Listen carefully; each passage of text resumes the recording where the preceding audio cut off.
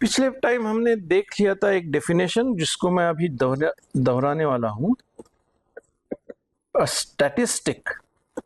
फिर एक बार मैं दोहराता हूं, ये स्टैटिस्टिक, ये स्पेलिंग मिस्टेक नहीं है, ये एस अंत में नहीं है जैसे कि सब्जेक्ट स्टैटिस्टिक्स में होता है। ये स्टैटिस्टिक अलग शब्दों में मैं इसको दोहरा रहा हूं जैसे पहले किया था। Is any function whose values can be calculated from sample values। तो मैं इसको डायरेक्टली लिखूंगा, statistic is a function of observations. वही चीज है, मैं अलग शब्दों में लिख रहा हूं, statistic is a function of observation. और हमने अलग अलग उदाहरण देख लिए थे। एग्जाम्पल्स कौन से देखे थे हमने? सैंपल मीन एक्स बार, सैंपल टोटल जिसको हमने कैपिटल टी से दर्शाया था, sample variance capital S square, and sample standard deviation capital S.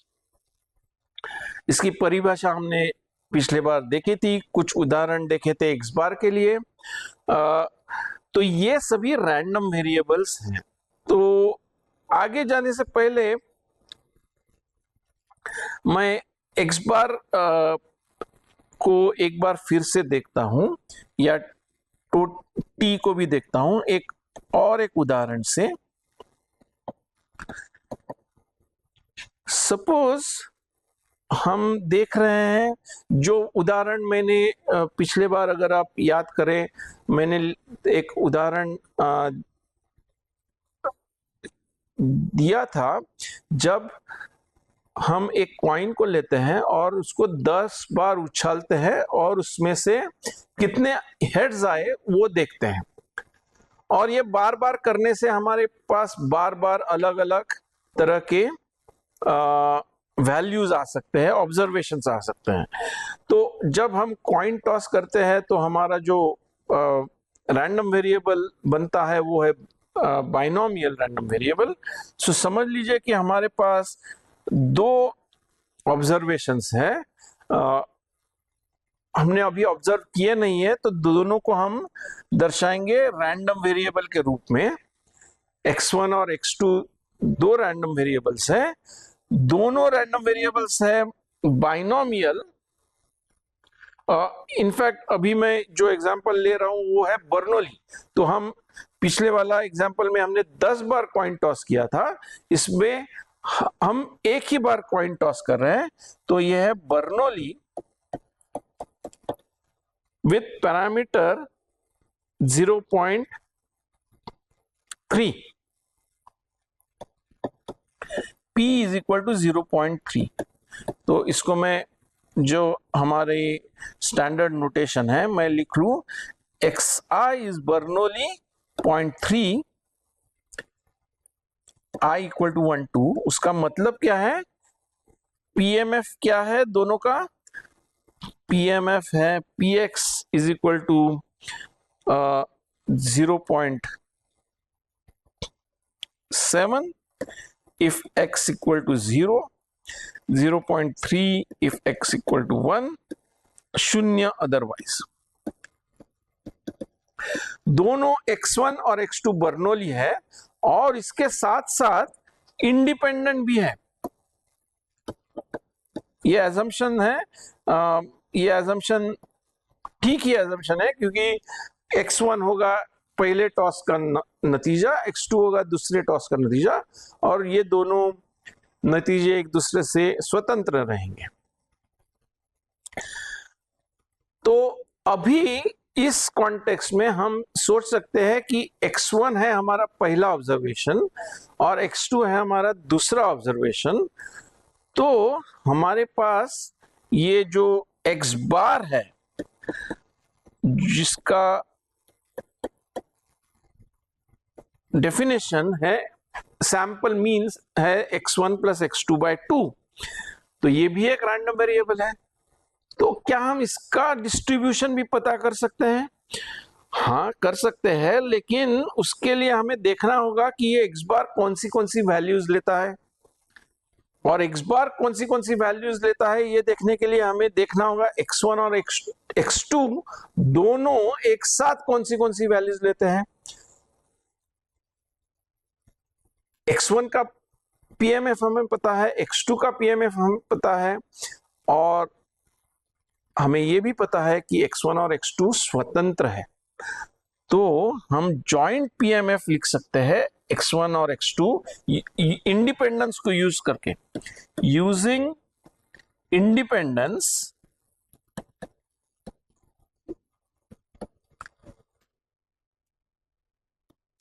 अभी हम रैंडम वेरिएबल्स को x1 और x2 से दर्शा रहे, ना कि xy से, तो मैं लिखते समय भी वही नोटेशन दोहराता रहूंगा। The joint PMF of x1 and x2 by independence will be the product of the marginal px1 of x1 times px2 by x2, और small x1 small x2 values लेते हैं 0 और 1। तो ये सभी को यूज करके ये एग्जांपल हमने नोटेशन अलग था लेकिन पहले देखा हुआ है। तो x1 x2 अगर 0 है, दोनों 0 है, तो ये मैं लिखने वाला हूं कुछ ही समय में। लेकिन हम देखते हैं x1 की वैल्यूज क्या हो सकती है, x2 की वैल्यू क्या हो सकती है, और उसके लिए x1 प्लस x2 बाई 2 की वैल्यू क्या हो सकती है, और x1 की वैल्यू हो सकती है 0, उसके साथ x2 की 0 या 0 1 या 1 0 या 1 1। अगर दोनों 0 है तो x बार या x1 plus x2 by 2 is 0। अगर x1 0 है या और x2 1 है तो ये x1 प्लस x2 होगा, x बार होगा 1 बाई 2। तीसरे केस में भी x बार होगा 1 बाई 2 और चौथे केस में x बार है 1। तो x बार हम पहले तो x1 और x2 की पीएमएफ लिख रहे हैं, तो x बार मैंने पहले ही कैलकुलेट कर लिया, वो बाद में हम देखेंगे। If x1 x2 is equal to 0 0, तो px1 कॉमा x2 क्या होगा, it will be px1 of 0 times px2 of 0, और दोनों का मार्जिनल पीएमएफ 0 पे आता है 0.7, तो ये है 0.7 टाइम्स 0.7 जो है 0.49। उसी तरह अगर 0 और 1 है तो px1 है p0 है 0.7 और p1 है 0.3, तो इसका इंडिपेंडेंस यूज करके आएगा 0.21। 1 0 के लिए भी प्रोबेबिलिटी आएगी 0.21 और 1 1 के लिए आएगी 0.09, बाकी सभी xy के लिए 0। तो मैंने ये बीच में जो लिखा नहीं है आप ऐड कर सकते हैं, if x1 comma x2 is equal to 0 1 और 1 0 और 1 1। तो ये हमने जॉइंट पीएमएफ लिख लिया है, और इससे हम x1 प्लस x2 बाई 2 का पीएमएफ कैलकुलेट कर सकते हैं। तो मैं अगर लिखना चाहूंगा कि p x bar is equal to 0, अब ये टेबल की ओर आप ध्यान दें, जब x1 भी 0 है और x2 भी 0 है तब x बार है 0 और तभी x बार है 0। तो ये प्रोबेबिलिटी है, प्रोबेबिलिटी x1 इक्वल टू 0 और x2 equal to 0 and x2, मतलब और हिंदी में और इंग्लिश में एंड, तो ये है p 0,0 जो है 0.49। Probability x bar is equal to 1 क्या होगा, ये दो तरीके से हो, sorry p x bar is equal to 1 भी एक ही तरीके से है, x1 is equal to 1 and x2 is equal to 1, तभी x बार होगा 1, और ये है P11 जो है 0.09, लेकिन probability x bar is equal to half. x bar 3 अलग अलग वैल्यूज ले रहा है जो हमने कैलकुलेट की है। 0 ले सकता है या 1/2 या 1। ये 1/2 ले सकता है दो अलग अलग तरीके से। जब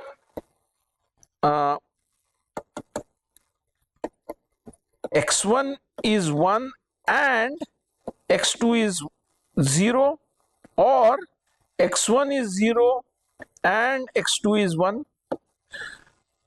तो हमें पता है ये कैसे कैलकुलेट करना है।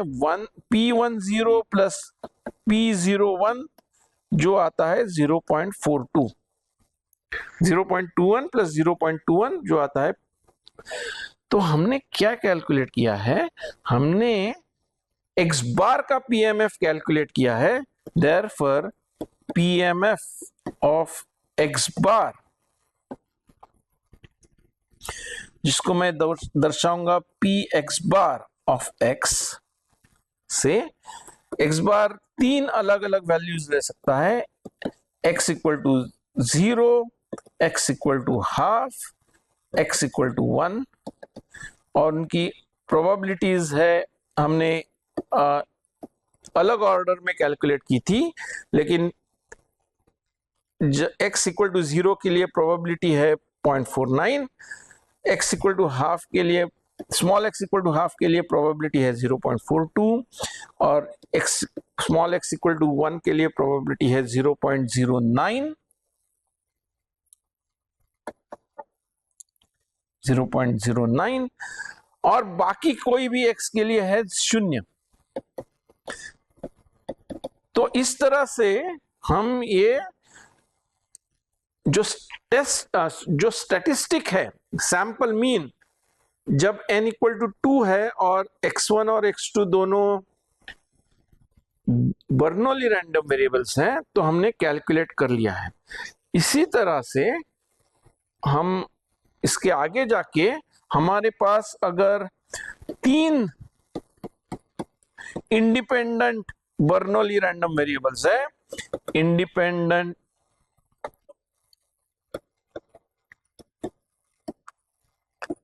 बर्नौली 0.3 रैंडम वेरिएबल्स है, तो और x बार, फिर एक बार सैंपल मीन को हम दर्शाएंगे x बार से, जो अब है x1 plus x2 plus x3/3। उसका PMF आप कैलकुलेट कर सकते हैं। इसके लिए हमें करना होगा, अगर इसी मेथड से करना है, तो हमें करना होगा पहले जॉइंट PMF ये 3 रैंडम वेरिएबल्स का, x1 x2 x3। कैसे करेंगे उसको हम जॉइंट PMF लिखने के लिए इंडिपेंडेंस का यूज करेंगे। मार्जिनल्स तो हमें पता है, मार्जिनल PMF है बर्नौली PMF, पैरामीटर या प्राचल p इक्वल टू 0.3 के साथ। सो ये जो हम कर रहे हैं एक स्पेसिफिक स्टैटिस्टिक, नेमली सैंपल मीन के लिए, उसका डिस्ट्रीब्यूशन फाइंड करें। मैं ये अभी लिखने वाला हूं नहीं, हम आगे जाके देखेंगे, लेकिन ये जरूरी पड़ेगा हमारे लिए। ये जो स्टैटिस्टिक है उसकी प्रायिकता बंटन, उसके प्रोबेबिलिटी डिस्ट्रीब्यूशन को कैलकुलेट करना कभी कभी जरूरत पड़ेगा। पहले तो मैं एक डेफिनेशन लिख लेता हूं, क्योंकि हम क्या कर रहे हैं, हम ये अभी मैं 1 मिनट थोड़ा इसके बारे में रिमार्क्स कर लूं। हम क्या कर रहे हैं, अभी तक हमने जो देखा था वो था, हम रैंडम वेरिएबल्स को देख रहे थे, और उसके बारे में मैं ये दोबारा कह रहा हूं आज, इसके बारे में हमने अलग अलग चीजें पढ़ ली, एक्सपेक्टेशंस, उससे पहले PMF या PDF, cumulative distribution function, expectation, variance, covariance, अलग अलग चीजें हमने देख ली। अब हम क्या कर रहे हैं, अब हमारे पास एक है पॉपुलेशन,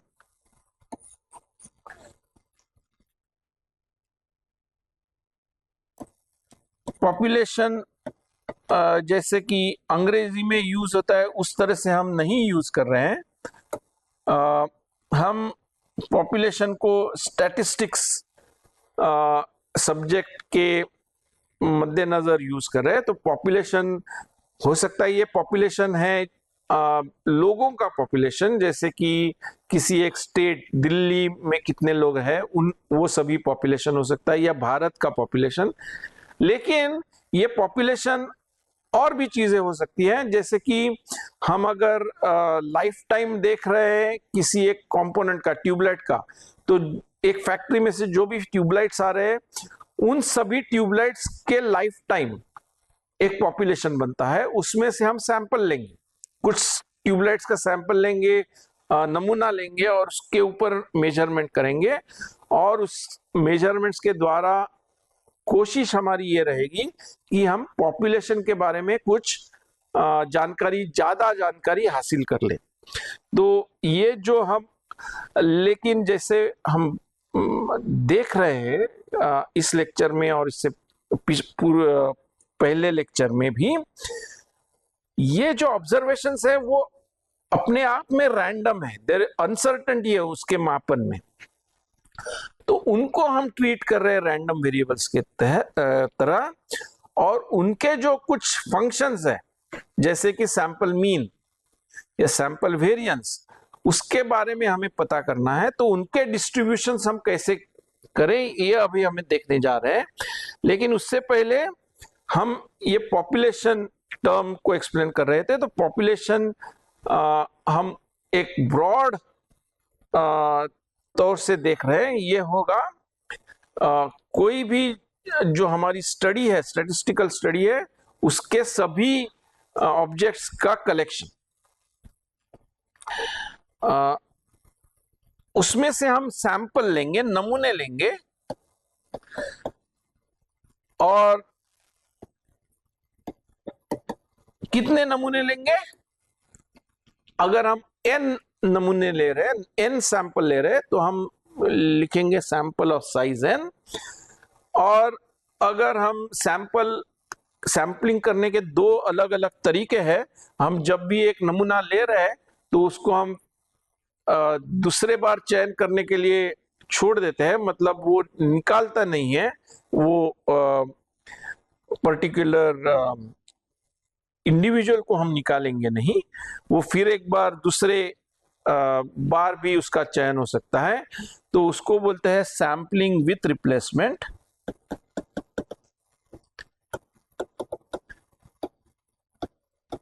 या अगर हम नमूना लेने के बाद उस पर्टिकुलर इंडिविजुअल को फिर एक बार उसका अगर चयन नहीं करना है, तो उसको नोशनल तौर पे हम अलग रखेंगे, तो उसको बोलेंगे विदाउट रिप्लेसमेंट। मतलब दूसरा नमूना चूज करने से पहले जो पहले चूज किए हैं नमूने उनको अलग रखेंगे, तो उनको बोलते हैं सैंपलिंग विदाउट रिप्लेसमेंट। और अब मैं एक डेफिनेशन लिख लेता हूं।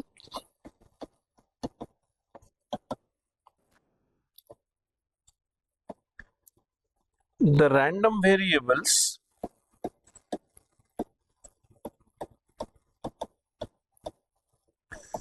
x1, x2 xn are said to form a simple random sample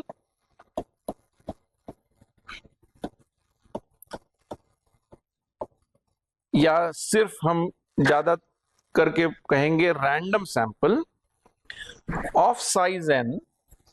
कितने हैं सैंपल एलिमेंट्स, कितने हैं n, क्योंकि हम देख रहे हैं x1, x2, xn को। इफ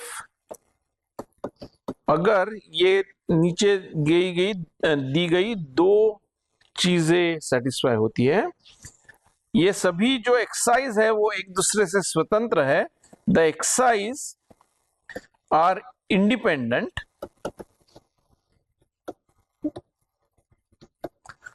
और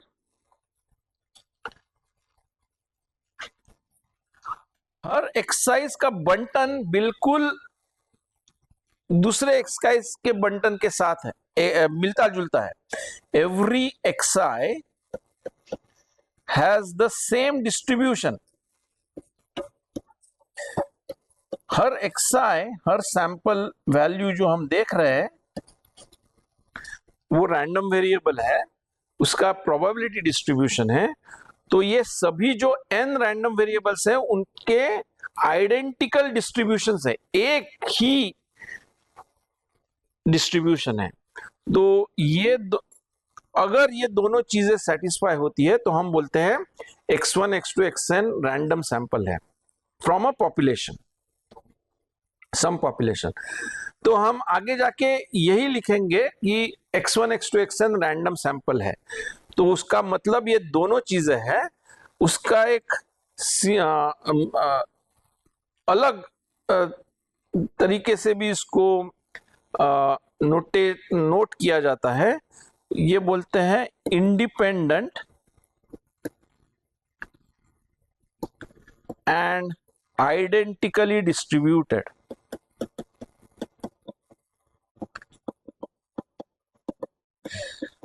इंडिपेंडेंट है तो पॉइंट नंबर 1 ये डेफिनेशन में जो है वो लिख रहे हैं, और पॉइंट नंबर 2 है कि सभी का डिस्ट्रीब्यूशन सेम है तो उनका आइडेंटिकली डिस्ट्रीब्यूटेड है। तो रैंडम सैंपल अगर बोलेंगे तो उसके साथ साथ या आईआईडी बोलेंगे तो दोनों का मतलब, दोनों का मीनिंग एग्जैक्टली सेम है। तो हम अगर बोलेंगे x1 x2 xn एक रैंडम सैंपल है, और अगर हम बोलेंगे x1 x2 xn आईआईडी है, दोनों बिल्कुल उसका मतलब मीनिंग एक ही है। इंडिपेंडेंट और आइडेंटिकली डिस्ट्रीब्यूटेड को हम ये भी कह सकते हैं स्वरूपी और स्वतंत्र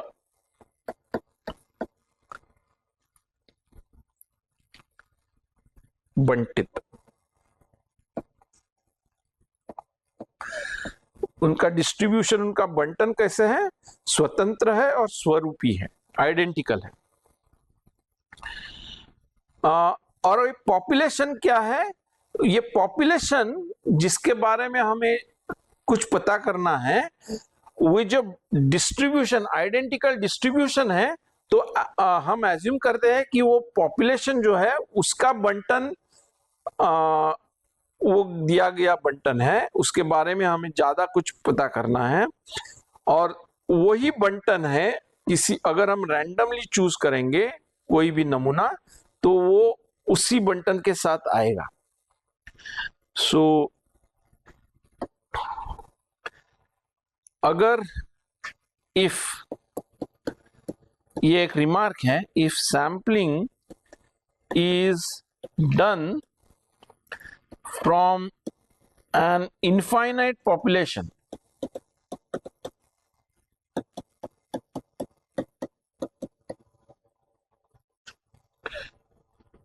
or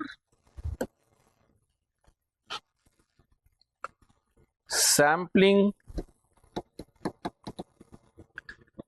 is done with replacement,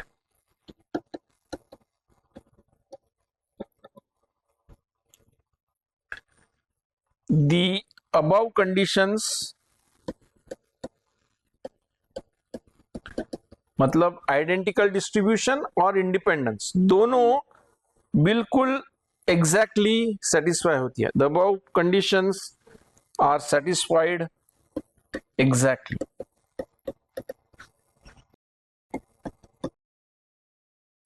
लेकिन कोई भी हम एक्चुअली देखे, पॉपुलेशन इनफाइनाइट नहीं होता है। ये बहुत बड़ा पॉपुलेशन हो सकता है, बहुत ही बड़ा हो सकता है, लेकिन इनफाइनाइट नहीं होता है। और जनरली हम जो सैम्पलिंग करते हैं वो विथ रिप्लेसमेंट नहीं करते हैं, वो विदाउट रिप्लेसमेंट करते हैं। अदरवाइज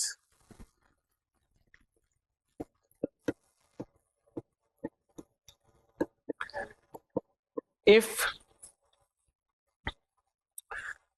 सैंपल साइज जिसको हम स्मॉल n से दर्शाते हैं, वो पॉपुलेशन साइज कैपिटल एन से बहुत ही छोटा है। If n that is sample size small n is much smaller than population size capital N, तब then the above conditions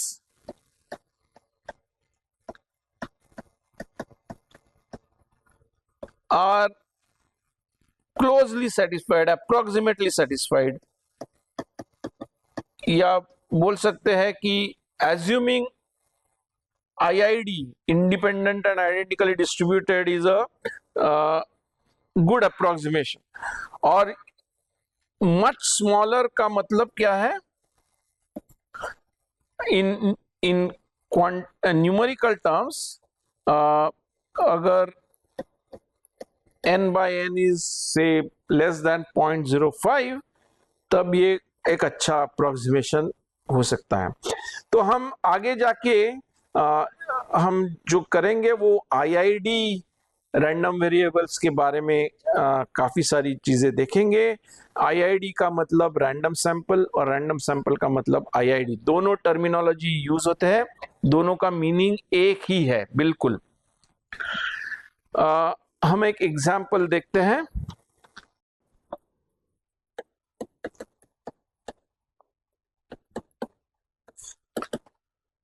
इस बार हम अलग स्टैटिस्टिक को देखेंगे, कैपिटल T सैंपल टोटल को देखेंगे। Suppose service time at for a bank transaction is distributed as exponential lambda. किसी भी एक बैंक में अगर हम किसी काम के लिए गए तो वो काम निपटाने के लिए जो टाइम लगता है, service time for a bank transaction, ये एक तरह से जब भी कोई जाएगा उस बैंक में और कुछ ट्रांजैक्शन करेंगे तो हर एक के लिए अलग अलग टाइम उनको रुकना पड़ेगा। तो ये एक रैंडम वेरिएबल है। उस रैंडम वेरिएबल के बारे में हमें पता करना है। तो हम एज्यूम कर लेते हैं कि ये जो रैंडम वेरिएबल है उसका बंटन है exponential, is exponential with parameter lambda, और एक्सपोनेंशियल डिस्ट्रीब्यूशन का प्राचल लैम्डा हमेशा पॉजिटिव रहता है। तो ये हम एज्यूम करते हैं। Suppose x1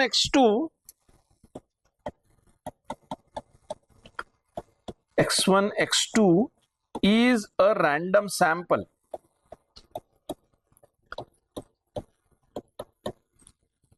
from this distribution। उसका मतलब कॉन्क्रीट टर्म्स में क्या हुआ? डेफिनेशन को पहले अगर यूज करेंगे तो उसका मतलब है x1 और x2 दोनों इंडिपेंडेंट है और दोनों का हर एक का बंटन है exponential distribution with parameter lambda. और इन प्रैक्टिकल टर्म्स उसका मतलब क्या है कि हम उस बैंक में जो भी कस्टमर जाते हैं उनमें से दो कस्टमर को रैंडमली हम चूज कर रहे हैं और हर एक कस्टमर के बैंक ट्रांजैक्शन के लिए कितना टाइम लगा वो हम देखेंगे। उसको क्योंकि हम रैंडमली चूज कर रहे हैं कस्टमर को, तो पहले कस्टमर रैंडमली चूज कर रहे हैं, दूसरा कस्टमर भी रैंडमली चूज कर रहे हैं।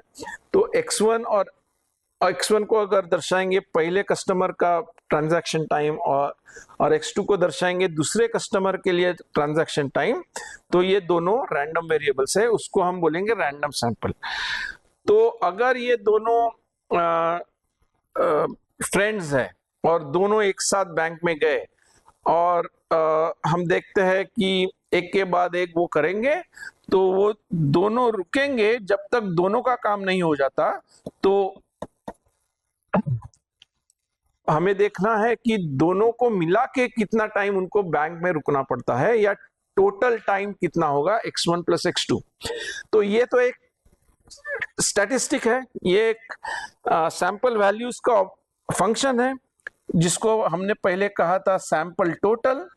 हमारा सैंपल या नमूने का आकार है 2, n is equal to 2, sample size है 2।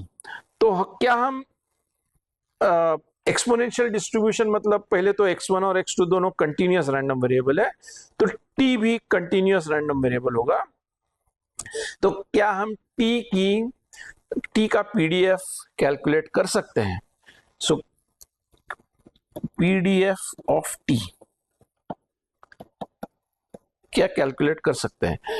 इस तरह से कर सकते हैं। पहले तो t का पीडीएफ कैलकुलेट करने के लिए हमें जॉइंट पीडीएफ देखना पड़ेगा।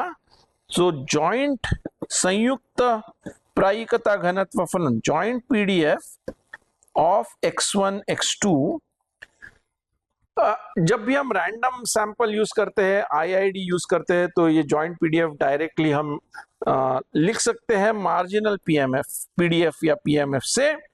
यहाँ पे हमारा जॉइंट पीडीएफ fx1 x2 होगा, fx1 of x1 times fx2 of x2 for all x1 x2,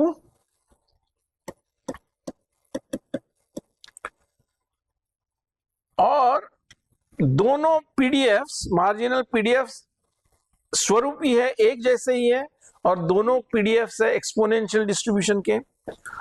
तो पहला पीडीएफ है lambda e to the power minus lambda x1, दूसरा है lambda e to the power minus lambda x2।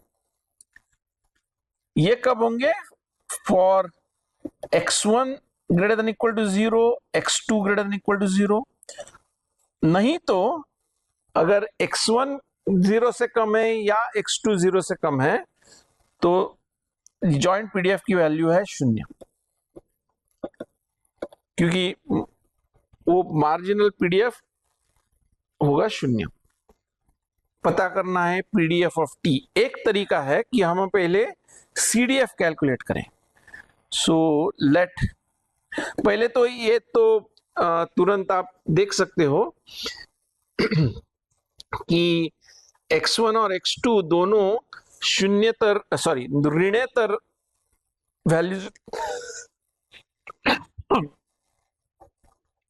Values लेते हैं, तो निश्चित तौर पे t भी ऋणेतर ही होगा, t की वैल्यूज भी ऋणेतर होगी। So let t small t be greater than 0। तो हम पता करने की कोशिश करेंगे कि ये जो सैंपल टोटल है रैंडम वेरिएबल कैपिटल T, वो ये स्मॉल t से होने की प्रोबेबिलिटी क्या है। अगर हम ये कैलकुलेट कर सकेंगे तो हमें मिलेगी CDF of the random variable T।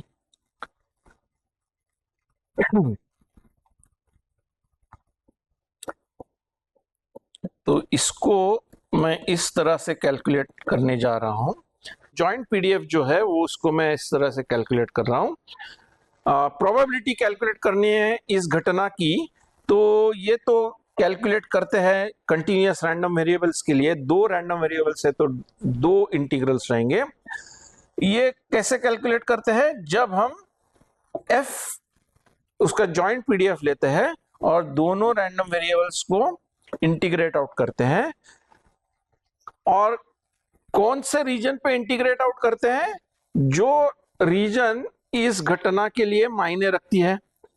तो यहां पे होगा ये सभी, ये रीजन हम इस प्रकार से मैं लिख रहा हूं, x1 plus x2 less than equal to t, 0 less than equal to x1 less than equal to infinity, 0 less than equal to x2 less than equal to infinity, less than infinity, दोनों time. तो ये less than infinity तो really मायने नहीं रखता है, क्योंकि अगर x1 t से ज्यादा है तो x1 प्लस x2 भी t से ज्यादा होगा। तो रियली स्पीकिंग ये इंटीग्रल को मैं इस तरह से लिखता हूं, अगर x1 बाहर वाला इंटीग्रल x1 के लिए है तो उसके लिमिट्स रहेंगे 0 टू t, और अंदर वाले इंटीग्रल जो x2 के लिए है उसके लिमिट्स रहेंगे 0 टू t माइनस x1। और जॉइंट पीडीएफ जो है उसको अगर मैं उसी तरह से रखूं, lambda square e to the power minus lambda x1 e to the power minus lambda x2 dx2 और बाद में dx1। तो एक्चुअली ये लैम्डा x2 अलग है, मतलब ये जो हम फंक्शन इंटीग्रेट कर रहे हैं ये हमेशा रहेगा जब हम IID रैंडम वेरिएबल्स को देख रहे हैं, या तब x2 को हम इंटीग्रेट हमें करना है। तो ये जो e to the power minus lambda x1 ये कांस्टेंट की तरह बिहेव करता है। तो रियली स्पीकिंग हम देख रहे हैं कि ये जो lambda e to the power minus lambda x1 है उसमें x2 वेरिएबल मौजूद नहीं है, वो जो अंदर वाला इंटीग्रल है उसके बाहर आ सकता है। तो मैं ये लिख लेता हूं, तो होगा 0 to t minus x1 lambda e to the minus lambda x2 dx2, और ये जो आएगा वो आएगा फंक्शन x1 का, और उसको मतलब सभी को हम x1 वेरिएबल को इंटीग्रेट करना है।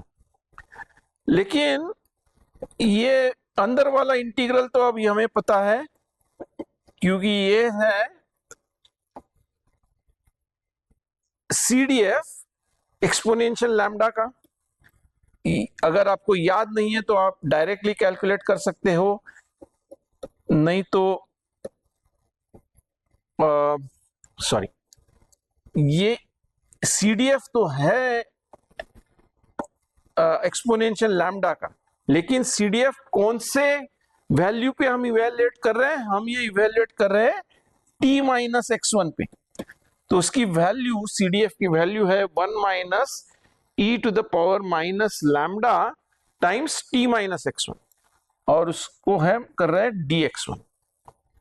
ये अगर हम ब्रैकेट एक्सपांड करेंगे तो आएगा 0 to t lambda e to the power minus lambda x1 dx1 minus 0 to t lambda, ये जो e to the power minus lambda x1 है वो एक दूसरे से कैंसिल हो जाएगा, क्योंकि एक पहले में आ रहा है माइनस लैम्डा x1, दूसरे में प्लस लैम्डा x1 आ रहा है, तो बचता है e to the power minus lambda t dx1।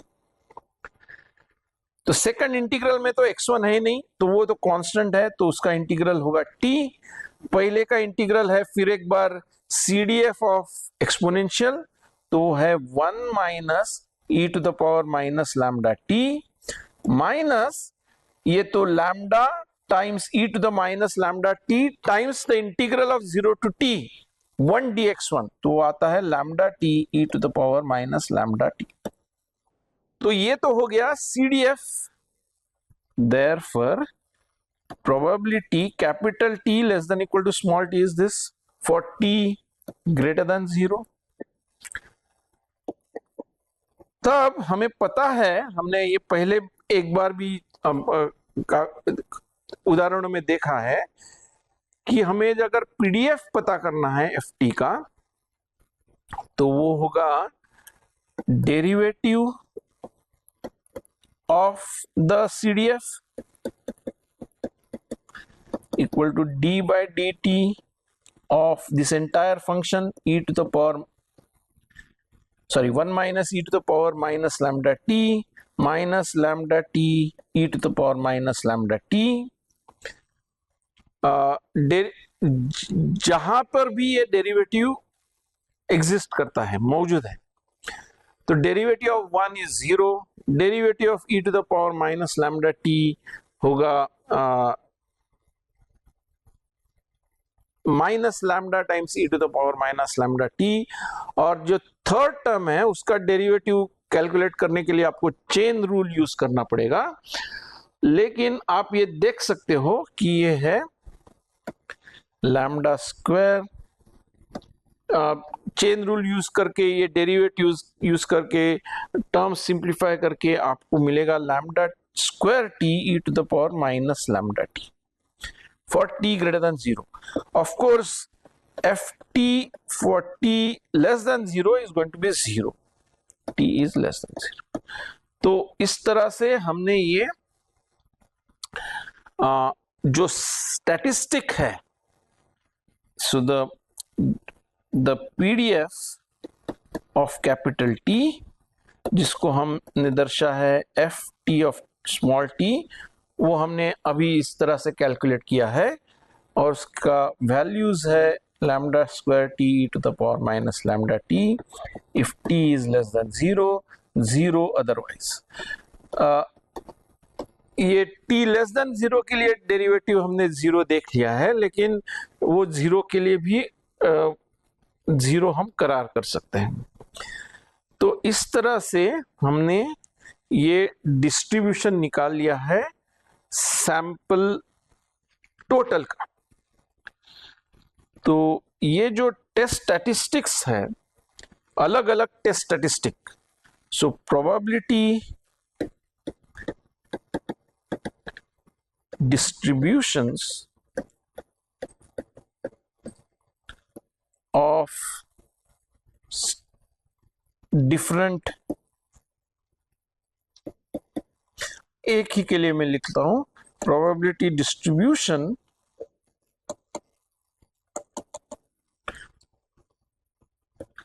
Of a statistic.